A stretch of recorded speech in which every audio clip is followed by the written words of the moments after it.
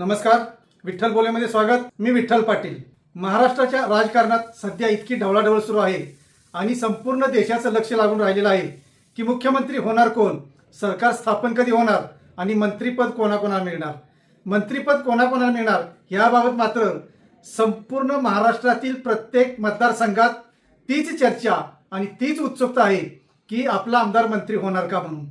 तसं राजकारणात पाहिलं तर सामान्य कार्यकर्त्याला सुद्धा आमदार व्हावं वाटतं, आमदाराला मंत्री व्हावं वाटतं, तसंच खासदार व्हावं, खासदारालाही मंत्री व्हावं वाटतं। मुख्यमंत्रीची स्वप्न तर ठराविक लोकच पाहू शकतात, सर्व आमदार मुख्यमंत्री स्वप्न पाहू शकत नाहीत, हेही तितकंच खरं आहे। पण आज अनेक आमदारांना मात्र मंत्रीपदाची स्वप्न पडत आहेत की मी मंत्री व्हावा। गेल्या 3-4 वेळा जे निवडून आलेले आहेत त्यांनाही हवंसं वाटतंय ते मंत्रीपद। त्याचबरोबर जे नवखे आमदार आहेत त्यांनाही एक तरुण चेहरा म्हणून आपल्याला संधी दिली जाईल अशी एक अपेक्षा आहे। पण भारतीय जनता पक्षाच्या सर्वाधिक संख्याबळामुळे आज तोच पक्ष ठरवणार आहे की मुख्यमंत्री कोण आणि मंत्री कोण। जरी एकनाथ शिंदेची शिवसेना आणि अजित पवारांची राष्ट्रवादी भारतीय जनता पार्टीबरोबर असली तरी आज नेमकं सरकारमध्ये कोण असणार हे चित्र आजच्या घडीला तरी स्पष्ट झालेलं नाही। अजित पवार सरकारमध्ये असणार, त्यांनी यापूर्वीच भारतीय जनता पार्टीला सरकार स्थापन करण्यासाठी पाठिंबा दिलेला आहे। नडलेला अडलेला घोडा आहे ते म्हणजे फक्त एकनाथ शिंदे यांचंच। एकनाथ शिंदे यांना अपेक्षा होती की गेल्या 2.5 वर्षानंतर जे त्यांनी धडाकेबाज काम केलं, महाराष्ट्रात वेगवेगळ्या योजना राबवल्या, वैयक्तिक लाभापासून सार्वजनिक लाभापर्यंत जे जे काही पदरात पडलेलं आहे येथील लोकांच्या, जनतेच्या, मतदारांच्या, त्यामुळेच हे संख्याबळ वाढलेलं आहे। त्यामुळेच महायुतीला भरभरून यश मिळालेलं आहे आणि भारतीय जनता पक्ष जरी सर्वाधिक जागा जिंकून मोठा पक्ष असला तरी या महायुतीला सत्तेपर्यंत आणण्यासाठी जे योगदान आहे ते आपलं आहे असं एकनाथ शिंदे सांगत आहेत।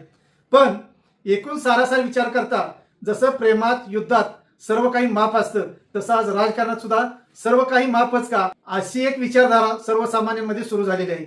आपण जातात एक उदाहरण पाहू की 2014च्या विधानसभा निवडणुकीनंतर जेव्हा सरकार स्थापन करण्याची वेळ आली आणि केंद्रात मोदी सरकार आलेलं, त्यानंतर महाराष्ट्रात सुद्धा मोदींच्या चेहऱ्यावरच भारतीय जनता पार्टी आणि शिवसेना यांनी सर्वाधिक जागा मिळवल्या।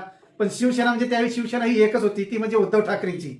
उद्धव ठाकरे हे शिवसेनेचे प्रमुख नेते जरी असले तरी भारतीय जनता पक्षाने मात्र त्यांना धाकटा भाऊ संबोधलं। ज्या 1995च्या काळात भारतीय जनता पक्ष शिवसेनेला मोठा भाऊ आणि आपण छोटा भाऊ समजत होते, ते 2014ला पूर्णपणे गणित बिघडलं आणि साहजिकच भारतीय जनता पार्टीला सर्वाधिक जागा मिळाल्यामुळं, सर्वाधिक आमदार त्यांचे झाल्यामुळं ते मोठा भाऊ झाले आणि मुख्यमंत्री पदावर त्यांनी स्पष्टपणे दावा केला। हे उद्धव ठाकरेंना रुचलं नाही आणि उद्धव ठाकरे आपणच मुख्यमंत्री होणार यासाठी आडून बसले होते। भारतीय जनता पार्टीचे वरिष्ठ नेते अमित शहा यांनी आपल्याला मातोश्रीवर येऊन सांगितलं होतं की तुम्ही मुख्यमंत्री असणार, त्यामुळे मलाच मुख्यमंत्री केलं पाहिजे अशी एक अट उद्धव ठाकरेंची होती। पण भारतीय जनता पार्टीचं मत होतं की आता आम्ही जर सर्वाधिक जागा मिळवल्या असतील, आम्हीच आता सर्वाधिक जागा मिळवणारा मोठा पक्ष विधिमंडळात, विधान भवनात असेल तर मुख्यमंत्रीपद दुसऱ्याला कसं द्यायचं। नेमकी तीच परिस्थिती आजच्या घडीला 2024ला म्हणजे 10 वर्षानंतर त्याच परिस्थितीवर आज महाराष्ट्राचं राजकारण आणलेलं आहे। महाराष्ट्राचं सरकार स्थापन होण्यासाठी, त्यासाठीच महाराष्ट्रात सरकार स्थापन होण्यासाठी म्हणूनच वेळ लागतो की काय अशी एक शंका व्यक्त केली जात आहे। शंका नव्हे तर ते खरंच आहे, कारण एकनाथ शिंदेचा रुसवा हा जगजाहीर झालेला आहे। त्यांना मुख्यमंत्री पद मिळत नाही म्हटल्यावर त्यांनी लगेच आपलं मूळ गाव सातारा जिल्ह्यातील दरे येथे जाऊन विश्रांती घेतलेली आहे आणि दुसरीकडे मात्र भारतीय जनता पार्टीनं सरकार स्थापनेसाठी तयारी सुरू केलेली आहे। भारतीय जनता पार्टीनं मुख्यमंत्री सुद्धा ठरवलेला आहे। हा मुख्यमंत्री म्हणजे देवेंद्र फडणवीस हेच नाव जवळजवळ स्पष्ट झालेलं आहे। त्यामुळं आता 2 दिवसावरच सरकारचा शपथविधी, मुख्यमंत्री आणि त्यांच्यासोबतच्या मंत्र्यांचा शपथविधी जवळ आला असताना मात्र अजूनही एकनाथ शिंदे यांनी सरकारबरोबर जायचं की नाही यावर स्पष्ट निर्णय घेतलेला नाही। यामुळे एकूणच शिंदेसह शिंदे सेनेतील 57 आमदार अस्वस्थ झालेले आहेत। शिंदेनी जरी हे प्रकरण ताणायचा प्रयत्न केला असला तरी ते ताणू शकत नाहीत। त्याचं कारणही असंच आहे की जर त्यांना अजित पवारांच्या संख्याबळानं पाठिंबा दिलेला असेल, त्यांना म्हणजे भारतीय जनता पार्टीला 132 संख्याबळ असणारं भारतीय जनता पार्टीचं 132 इतके आमदार असणारी भारतीय जनता पार्टी ही सभागृहातील सर्वाधिक आमदार असणारा पक्ष राहणार आहे। म्हणजेच त्यांना आणि जनस्वराज्य शक्ती पक्षाच्या विनय कोहली यांनी आपले 2 आमदार यांचा पाठिंबा दिलेलाच आहे। अपक्ष आमदार भारतीय जनता पार्टी बरोबर आहेत।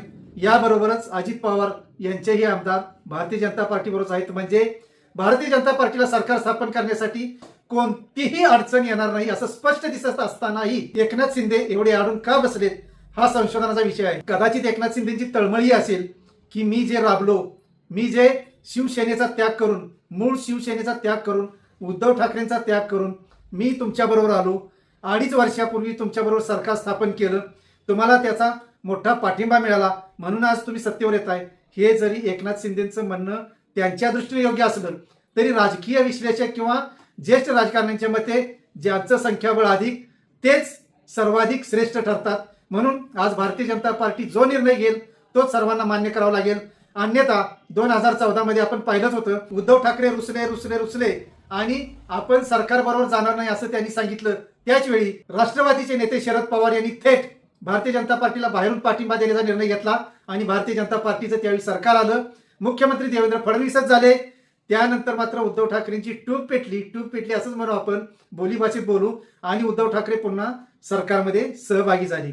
पण 2019ला पुन्हा भारतीय जनता पार्टी आणि शिवसेनेचा मुद्दा, भारतीय जनता पार्टी आणि शिवसेनेत पुन्हा वितुष्ट आलं. उद्धव ठाकरे महाविकास आघाडी बरोबर गेले, काँग्रेस बरोबर, राष्ट्रवादी बरोबर गेले आणि त्यांनी सरकार स्थापन केलं. 2.5 वर्षानंतर ते सरकार पाडलं गेलं. पुन्हा भारतीय जनता पार्टी आणि एकनाथ शिंदेचं सरकार आलं. या अशा एकूण सर्व गेल्या 10 वर्षाची घडामोडी पाहता आजच्या घडीला तरी भारतीय जनता पार्टीच सरकार स्थापन करू शकते आणि एकनाथ शिंदे आले तर ठीक, नाही आले तर त्यांची गरज नाही, असाच एकूण सूर भारतीय जनता पार्टीच्या वरिष्ठ गोटातून दिसून येत आहे. अर्थात भारतीय जनता पार्टी एकनाथ शिंदेना असं वाऱ्यावर सोडणार नाही, पण त्यांना जे काही पदं देतो म्हणतायत ती मात्र एकनाथ शिंदेना स्वीकारावी लागतील. एकनाथ शिंदेवर एकीकडून भारतीय जनता पार्टीचा दबाव आहेच आहे, पण त्यांच्या आमदारांचा सुद्धा दबाव आहे. कारण तोंडापर्यंत आलेला घास हिरावला जाऊ नये, तोंडापर्यंत सत्तेचा आलेला घास जाऊ नये, हिरावली जाऊ नये आणि विरोधी बाकावर बसावं लागू नये, अशीच एक मानसिकता या एकनाथ शिंदेच्या सर्व आमदारांची आहे. अनेक जण यात मंत्रिपदाची स्वप्न पाहतायत. ते तर इतके अस्वस्थ आहेत की त्यांना झोप लागते की नाही अशी परिस्थिती आहे. त्यामुळं एकनाथ शिंदेना बाहेरून पाठिंबा सरकारला देण्यापेक्षा सरकारमध्ये सहभागी होणं हाच योग्य पर्याय आहे आणि त्या दृष्टीनंच एकनाथ शिंदे विचार करतील अशी शक्यता आहे. पाहू, आज उद्याच सर्व घडामोडी स्पष्ट होणार आहेत. धन्यवाद. असेच नवनवीन विषय ऐकण्यासाठी लाईक, सबस्क्राईब आणि बेल आयकॉनवरती क्लिक करा.